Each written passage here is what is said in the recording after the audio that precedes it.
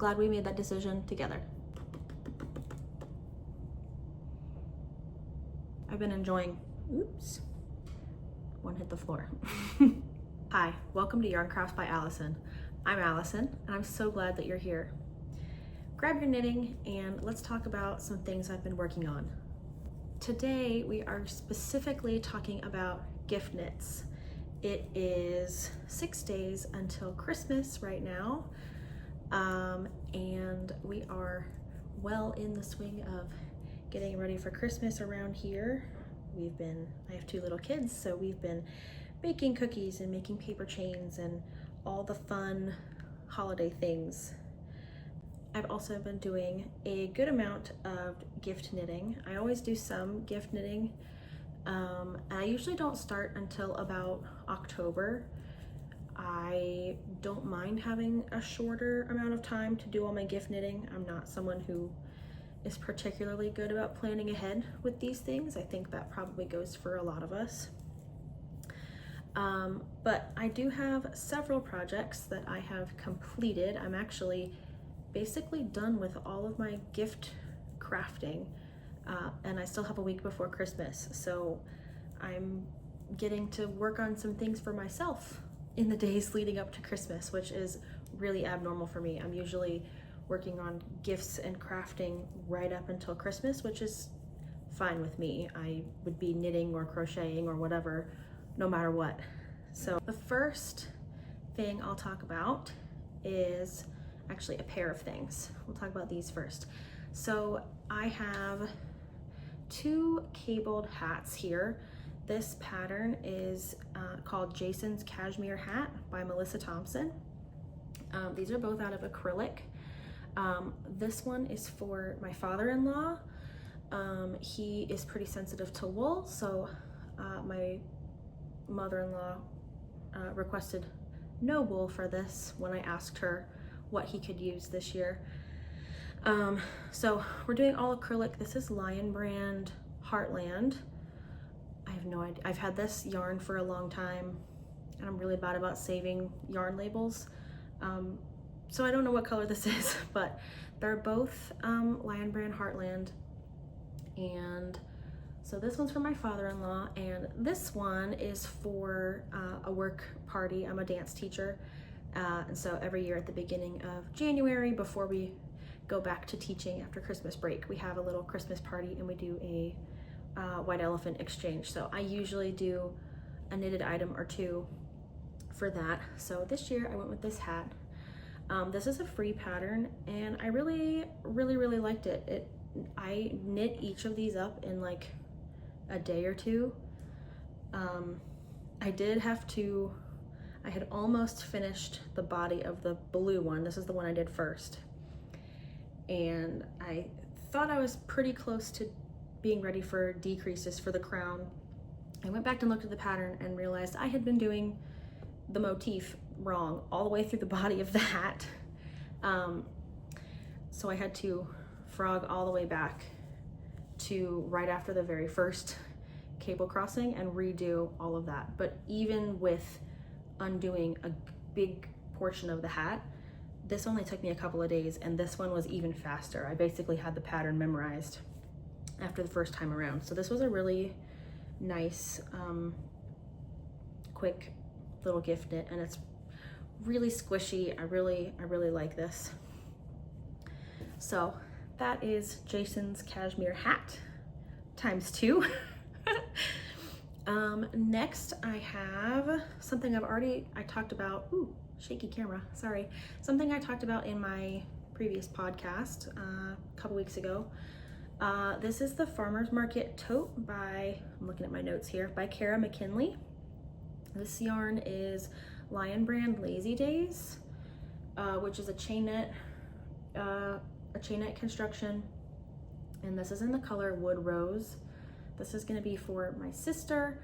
I had asked her if there was anything she wanted for Christmas, so I wasn't just knitting people things and hoping it was something they could use.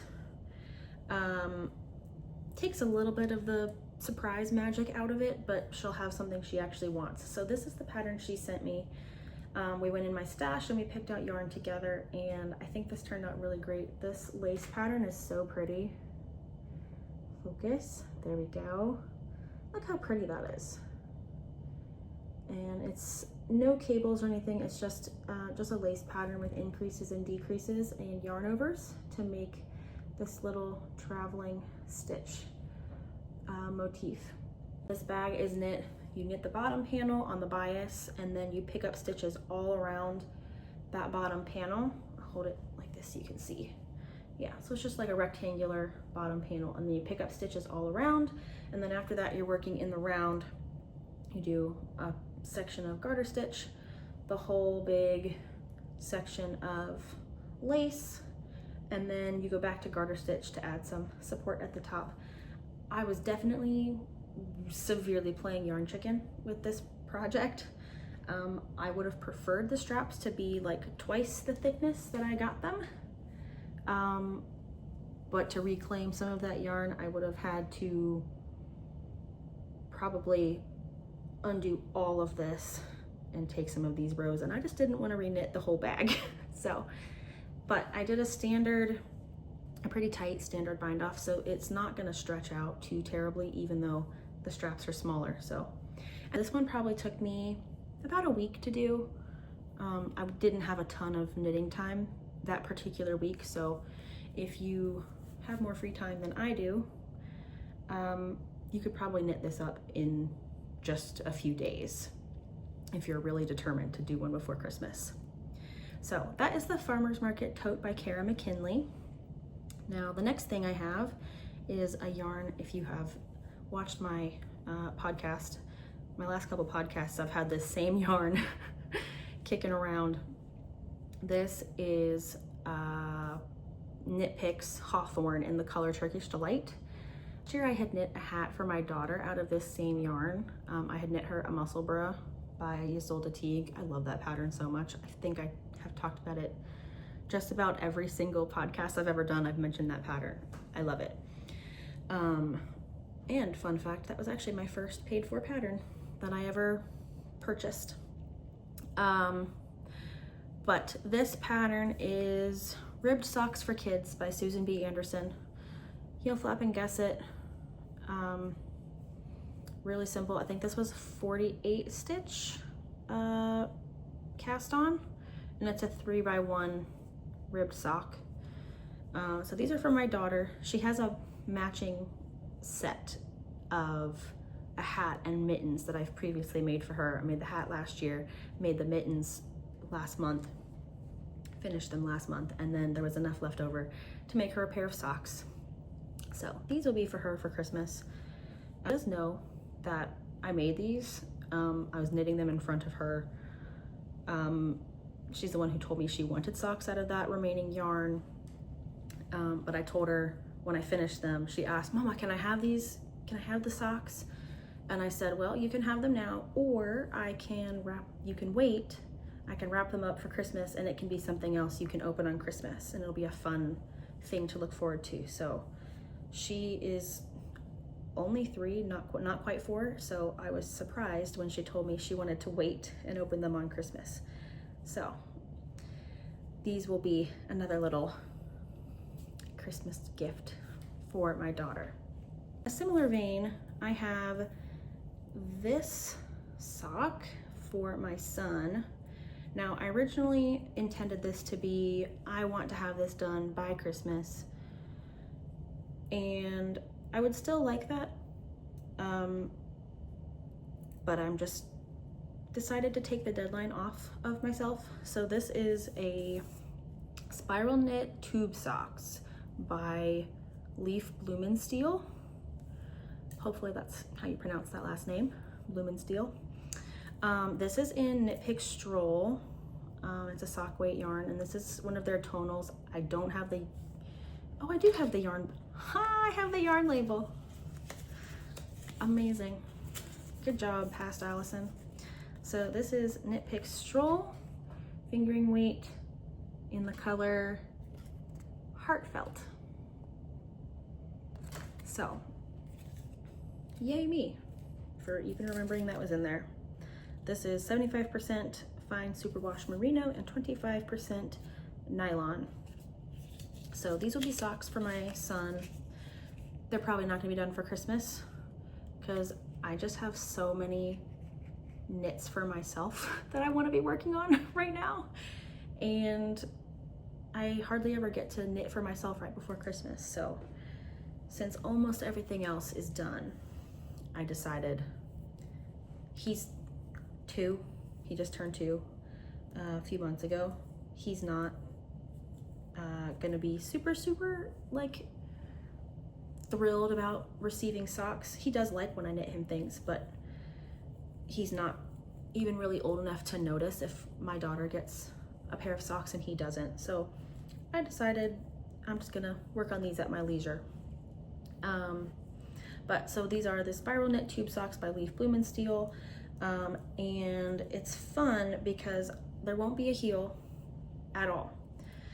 So this is a 3x3 ribbed sock, and basically you can kind of see, this is also a free pattern, but every 4th row, so first I just did straight for about an inch and a half, just a straight 3x3 ribbing. And then once you do your cuff, you start to offset. Every 4th row, you move, every 4th row you offset your pattern by 1 stitch so that it continues just moving to the left, and then you've got this spiral effect. So that kind of gives you some room for a heel, especially on such a tiny little foot. So this is originally it's a 48 stitch cast on, and it's meant to be a DK weight sock, and it's for like an older kid. It's meant for an older kid. So what I did was, ooh, is it even meant for an older kid? Maybe it's meant for like a small adult foot. I can't remember now. Basically, I just cast it on in a fingering weight, and because that's the same stitch count as these socks that were a tiny bit big for him, but these are far more cinched up since they're all around ribbing. So he'll be able to kind of grow with these since he's so young. So at this point, I'm just knitting a tube, and it'll just, you know, I've got a few more inches to go, and I haven't looked at the toe construction, but I think it's just a spiral decrease, because then he can also, the heel can go anywhere, and it doesn't matter how he pulls them on.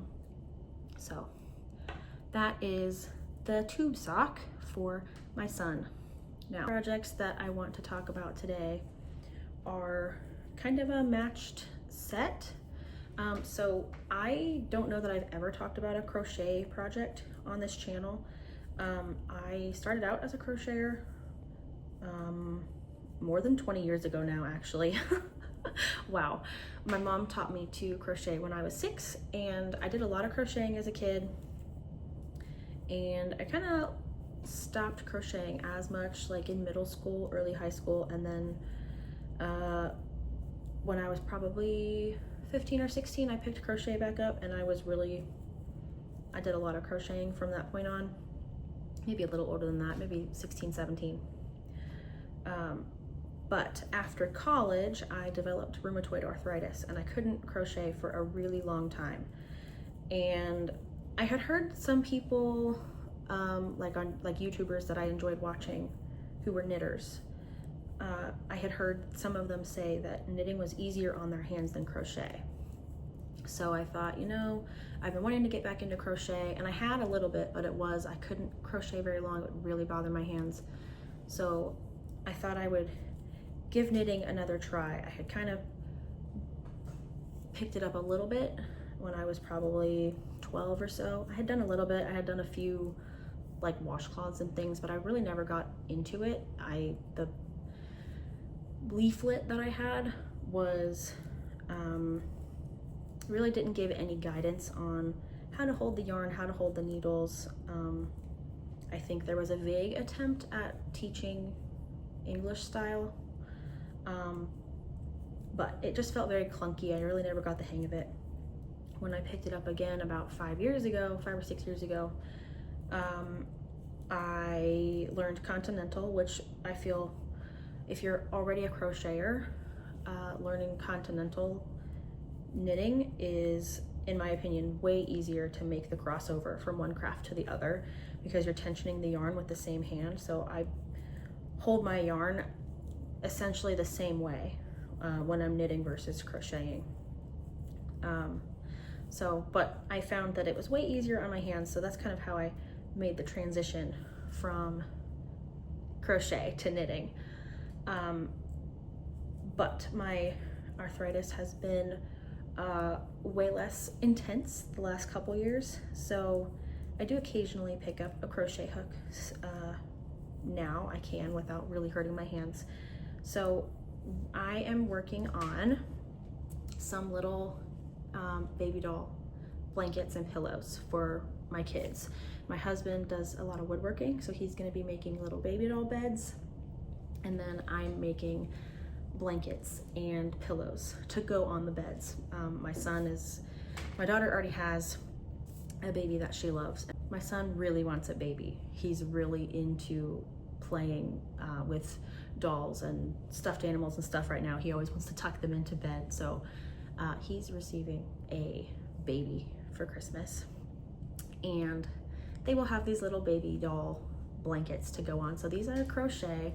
I did them with corner to corner, with the corner to corner method. I'll bring it on this side. So I started in the corner, and I'm increasing, I'm going back and forth, increasing until it was the width this way that I wanted, and then you just keep going until it's the height you want, and then you decrease down to the corner. So really similar to the base of that bag. So I have a red one for my son, and I have a purple one for my daughter. These are both acrylic.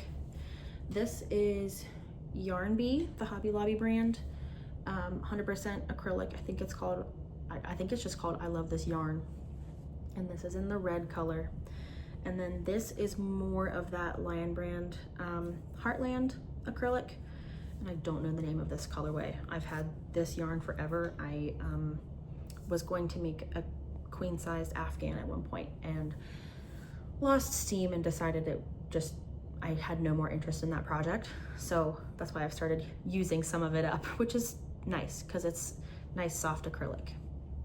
So these will be easy to throw in the wash if they get dirty or anything like that.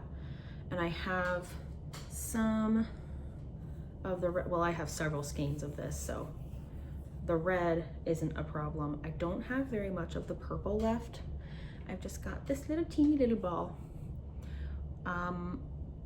So to make the pillows, I was going back and forth if I wanted to knit them or crochet them or just sew them with, like, get some cotton from I don't have like a big stash of fabric, but I have some fabric. I think I have some black cotton. I haven't decided yet. I'll probably end up just like single crocheting a rectangle and then folding it in half, sewing it, stuffing it, and finishing the seam. But I don't know if I'll have enough purple. So I have the leftover purple from the hat, the cable knit hat. I might have to do one side of the rectangle with the dark purple and one side with the light purple, because I really, especially if I crochet this, I don't think there will be enough here. But this is plenty. Now that I'm talking about all this out loud, I think I am gonna crochet them. I've been enjoying, oops, one hit the floor. I've been enjoying getting back into crochet, so woo, glad we made that decision together. Well, I think that's everything. Ooh, I didn't talk about what I'm wearing. So this is a self-drafted shawl pattern that, I mean, I don't have the written out pattern anywhere. I just kind of freestyled it last winter or the winter before. I can't remember now. I think I made this 2 years ago. So this is Yarn Bee Must Be Merino, which you've heard me talk a lot about that yarn on my channel if you've been here before. So it's mostly garter stitch, and I just like drew up a little chart for this diamond pattern, and there's some other textures at the bottom, some seed stitch, some ribbing, some stockinette, and then I've got the big patch of garter stitch at the top. This was really fun to knit. I just did, I think, knit front backs at the ends. Knit front back? Yeah, I don't think I knew how to make one left and right at the time. But I wear this shawl constantly in the winter, especially in this house, which is much draftier than our old house we're finding. I've been wearing a lot of sweaters and throwing this on top. So I love this so much. It gets a lot of wear. All right. I think that's everything. Thank you for being here, listening to me ramble. I hope you are enjoying your December and doing all of the cookie baking and Christmassy things. Ooh, the wind is strong out there. Hopefully you can't hear it whistling past my windows. Thanks for being here, and I hope you have a very Merry Christmas. Bye.